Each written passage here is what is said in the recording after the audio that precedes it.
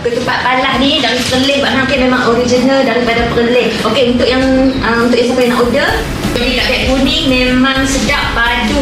Ni boleh post taste lagi kalau siapa yang nak. Tak kita beli. Ya, betul. Apa tengok ni ketupat punya lemuk lah mana, tengok ni confirmnya. Boleh makan dengan rendang, boleh makan dengan serunding. Diusahakan oleh usahawan negeri Perlis lah, usahawan daripada bawahan Maik. Okey, memang upah orang kampung lah untuk buat produk ketupat frozen. Siapa yang nak order ni, satu bungkus ni 1 kilo lah kita bagi RM22. Okey, untuk yang tanya berapa jam untuk masak ketupat balanya, okey, di sini kami dah detail dah. Untuk bungkus dah selama 1 jam lah kita boleh makan lah. Okey, 1 jam tu hampa boleh makan dah siap. Anda siap sekali dengan ketupat ni. Itu yang puan dengan puan dapatkan dekat beg kulina, ketupat batik. Di sini usahawan digital FCOEE.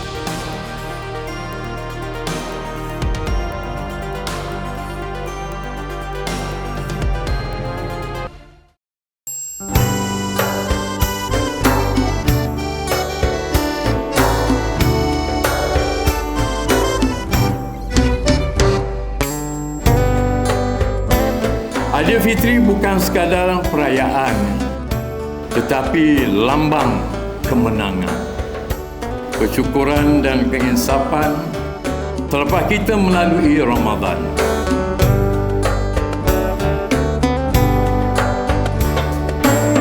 Menjunjung setinggi-tinggi kasih atas limpah perkenan duli-duli tuanku berangkat ke majlis pelancaran keusahawanan digital Asnaf dan Seri Aidilfitri Faizuddin Center of Educational Excellence.